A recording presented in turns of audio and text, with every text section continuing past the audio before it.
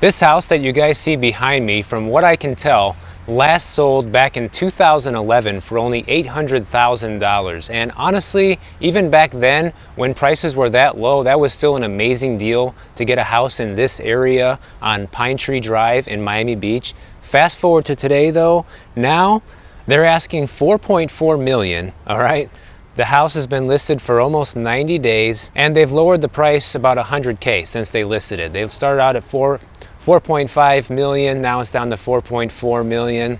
Who knows what this is going to end up selling for, but once again guys, it is just incredible to see the run-up in home prices when you just look at the past 11 years essentially for places like this. I don't know if it's going to sell for the $4 million plus price tag, maybe even a little less, but even if it sold for 3-something million, that is still an incredible gain over 11 years. And as you guys might have noticed, I'm wearing regular clothes today. I got pants, shoes, t-shirt, no sunglasses, because it's not scorching hot here in Miami. I know, it's a miracle. It's only like 70 degrees, nice little breeze, got a little bit of rain.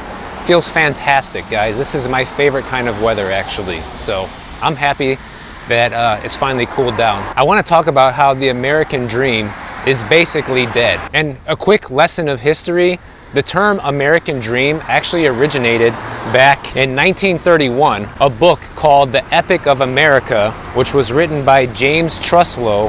And in that book, there was a quote that said, "That dream of a land in which life should be better and richer and fuller for everyone, with an opportunity for each according to ability or achievement." And that's where the phrase American dream came from. And obviously a ton of people used to read books back in the day, which hardly anyone does anymore. So of course, back in 1931, books were very popular and that term got coined, and that's how we came up with the phrase American dream. Here's something funny I saw real quick. At least one person in Miami cares about parking on the grass. First time I've ever seen that. But according to a recent survey, about 90% of Americans still consider the American dream to this day to be home ownership. That seems to be the #1 goal that most Americans strive for, and they would maybe consider themselves to be a success in life if they hit that goal of owning their own home. But in this same survey, 51% of those people say home ownership is now unattainable.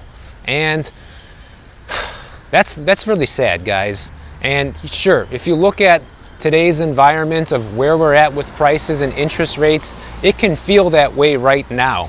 The problem is people are very short-sighted when it comes to owning a home, or the requirements that it might take to actually get to home ownership one day.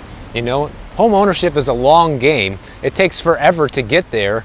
It takes a lifetime of saving and working hard and having some financial diligence and discipline to actually accumulate the amount of money that you need to actually save up for the down payment, have your good credit score, and keep your debts low, and so on. But if we dive into this survey a little more, it has some interesting points. So 33% of Americans believe home ownership is a necessity in 2022, and 67% think it's a lifestyle choice.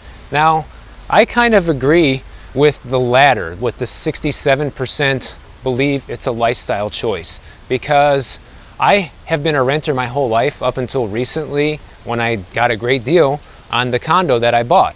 But if that deal didn't come along, I probably would still be renting. And there's nothing wrong with that if you're saving a lot of money. And I know we can go back and forth on this all day long. I've had discussions with you guys in the comments. Some people think renting is a total waste of money. Others say, I'm happy, I don't have to do anything. Anything breaks, it's the landlord's responsibility. Like, we're not going to get into all that. But at the end of the day, I do think it is a lifestyle choice, because think about this. Everyone's priorities are a little bit different. If you're a single guy or a single woman, you don't have a family or kids or anything like that, renting is much easier. You don't really have to worry about being a homeowner, especially since you have probably a lot more flexibility than a husband and wife that has 3 kids with, children in school and stuff like that, where they kind of need to remain in the same area to have some stability for their family, versus when you're single, you can kind of just pick up and take off. If the rent gets too expensive, try a new city, move across the country, move out of the country, whatever. So I think it really depends. And I do believe that it is more of a lifestyle choice than a necessity when you start to really break down why people buy homes, because most people buy to have some stability, and that's exactly why I bought, okay? I mean, for me personally, the number one motivator to actually buy was to have stability, was to make sure I don't have to move anymore because I hate moving. And because rent prices have gone up so much in Miami, it just made more financial sense to buy than to keep throwing away a ton of money on rent, because rent prices in the area have essentially doubled.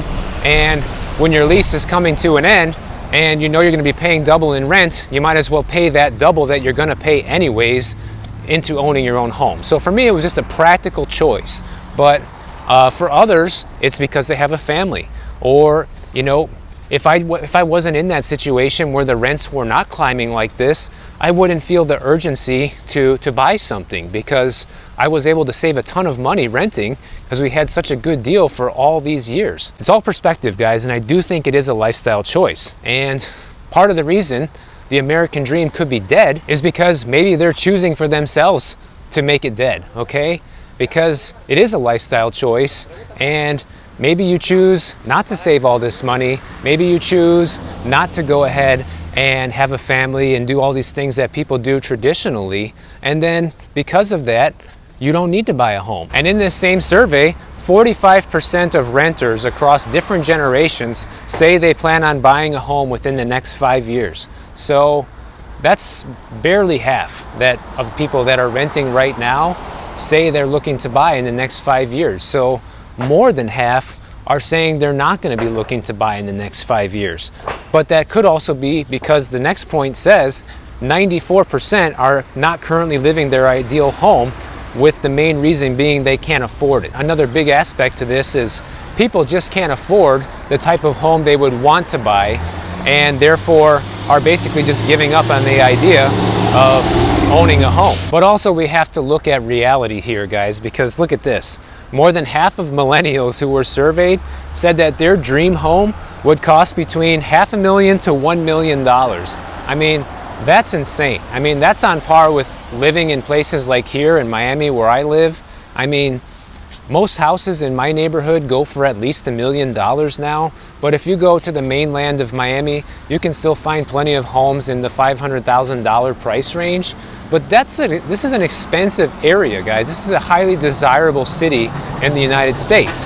So you can go to a lot of other places that are not as desirable as Miami and save a ton of money, and you don't need to buy a $500,000 or $1 million house. But then again, we're talking about a dream house here. And that's where I think people's expectations don't match reality. You know, everybody thinks that the first house that you buy somehow needs to be your forever home or your dream home. And when you look at previous generations who bought real estate, that was never the case, guys. You know, look at your parents, look at your grandparents. Do they still live in the same house they bought 30 or 40 years ago? My guess is they probably don't.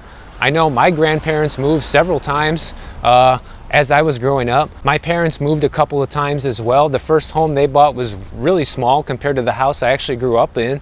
So you have to work your way up to these things rather than just give up, because with this instant gratification culture that we have today, I think so many home buyers, especially in the younger generations, just look at it as it's all or nothing. You know, I need to have the best house that money can buy, or I just don't want one at all, which is really stupid actually, because if you do buy the starter home, it helps you build equity, it gets you used to paying for repairs on your own, learning how to budget for a household that you're not actually renting, and you can't call the landlord for every little problem. So it's kind of like a stepping stone to, you know, having a bigger house and, you know, learning how to deal with the issues that come along with owning a home, versus just jumping headfirst into that situation and being completely overwhelmed. Right now, as we get deeper and deeper into this recession, we are seeing a ton of companies start to either perform layoffs or starting to announce layoffs that they're planning on doing this. And We've been talking about this for the past couple months, guys, and it is just continuing to happen. And it's sad, but it's also the reality. So it's something that we need to acknowledge, because this is absolutely going to affect the housing market. You know, and sometimes people say in the comments like, oh, Michael, why are you talking about all these economic issues and retirement and blah, blah, blah, blah, blah, you know, instead of just real estate? Well, guys, all of this stuff affects housing prices and the housing market. So ultimately, you know, in order to give you the best information possible, I think it's important for myself and for yourself to stay educated on the greater picture, the macroeconomic situation that's happening, because all of these things are like a machine with a bunch of moving parts, and they all affect each other. So when something starts going wrong with 401k plans in the stock market, it affects housing prices. When companies start performing layoffs, it starts affecting home buyer demand and ultimately prices in the end. So all this stuff is related. And I want to thank one of my subscribers, Kathy. She sent me a message with a ton of these companies that are doing layoffs. There was an article from Forbes that shows just how many of them there are. And there are so many, guys, that I cannot even name them all in this video, but I'll name a few of them for you right here. So Microsoft, they just announced they're laying off 1% of their 180,000 person workforce. That's roughly like 1,800 people. That's significant. HelloFresh, the food box company, they just laid off 611 people. Beyond Meat, they're laying off 19% of their workforce. Clear Capital, a real estate firm, they're laying off 378 people. Oracle, the tech company, they're laying off about 200 people. Intel, another huge tech company that makes a ton of microchips, they're laying off about 22,000 people, guys, and they employ 113,000. So they're axing like 25% of their workforce. That's crazy. Peloton, they're laying off 12% of their workforce. Google, they're laying off 50 people. Nordstrom's, they're laying off 231 people. And the list just goes on. And if you want to see the full list to see if you or anybody else you know are going to be affected by this, then just check out the article. I always have the stories that I talk about linked down below in the description, guys. And we know for a fact that all these things are related, because we can just look right into our next story here, which is that right now in the US, we're seeing a record number of decline in home sales. And this is data according to Redfin. And in September, we saw the number of homes sold nationwide drop by 25%, guys. That's a massive decrease. I think this is like a brand new mansion that they just knocked down the prior property here and put something else here. These guys don't know what they want to do. They listed it back in May for 27 million, then they lowered to 23, now they're back up to 25 million. Yeah, raising the price is always a good strategy to sell. Now, to be fair, and something else we need to talk about, also the amount of new listings has gone down by roughly the same. Last month, we saw the amount of new listings come online 22% lower than the previous month. So new listings are also dropping as well. But what's happening, guys, is we are seeing an overall drop in median home prices. And all we need to do is just look at the median sold home prices right now on Redfin.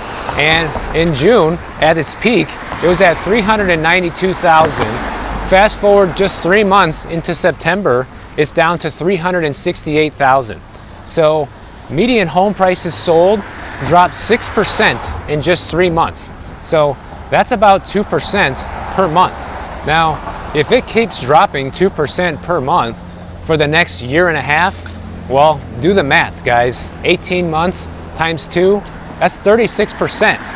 Prices could fall in just a year and a half. Now, I know it doesn't work exactly like that, and we might not see home prices fall by 36%.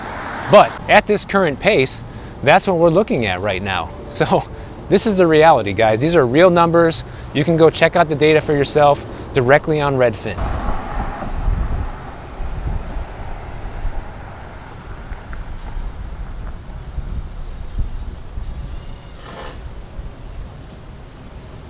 Now, since the stock market has been down significantly since the beginning of this year, we see a lot of financial advisors starting to worry and starting to get desperate, similarly to real estate agents seeing a slowdown in transactions and mortgage brokers seeing a slowdown in transactions. And right now, their most common advice is you should be doubling down on your contributions to your 401k or your IRA accounts because the market is down and it's an opportunity to buy in at a cheaper price. Now, I can definitely understand the logic of that. It definitely makes sense to buy anything that you're going to buy anyways at a lower price than a higher price, okay?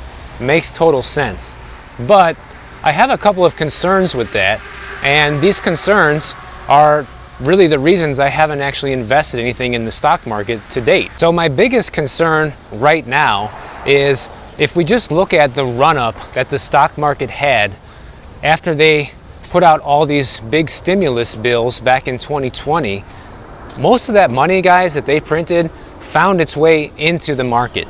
And that's why everyone saw their portfolios go up tremendously during this huge run-up. And since all of that money is essentially fake because it was just printed based on nothing, if you watched my video about the dollar not being on the gold standard anymore, all this money they printed is backed up by absolutely nothing, okay?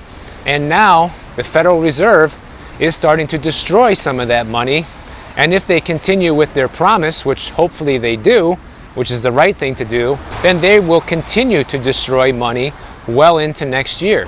So as they destroy more of this money, then it will also destroy a lot of this fake wealth that was generated during this run-up. So my concern is we've already seen the stock market fall 25 to 30% since the beginning of the year. This year's not even over. The recession is just getting started. How much more can it go down? I think it still has quite a bit of ways to go down. Now, I can't point to any specific charts or anything. I'm not a stock market expert, but I'm going off of gut instinct and knowing how bad this financial crisis that we're in is right now, and I'm kind of basing my feeling on that. What if this ends up being a lost decade? A lost decade is when you basically have no real growth for like 10 years in the stock market. And I think this is a possibility because of how much it went up in such a short period of time. As this thing corrects and starts to come back to realistic prices, it could take that long, another decade, for the markets to actually recover to where it is right now. So I would be very concerned about doubling down on the contributions right now.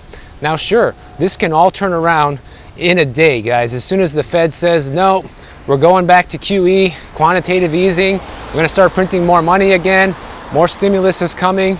If they do that, everything's going to reverse, and then the stock market will have another run-up. But since everything they're saying right now points to the opposite direction, I wouldn't be counting on that. That's just like buying a house and hoping that when you go to sell it, your only game plan to make any money from that house is you hope that it's worth more when you sell it than when you bought it.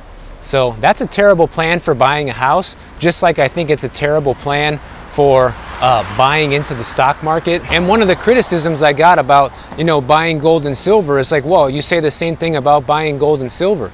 Yeah, guys, but listen, you look at the history of gold and silver, and even during this big run-up in the stock market, gold and silver prices did not jump to the same degree that all of these stocks jump to. We see gold and silver prices lower now because a lot of the ETFs that people buy that are basically claims to gold and silver have been getting sold. So now we see the price of gold and silver going down.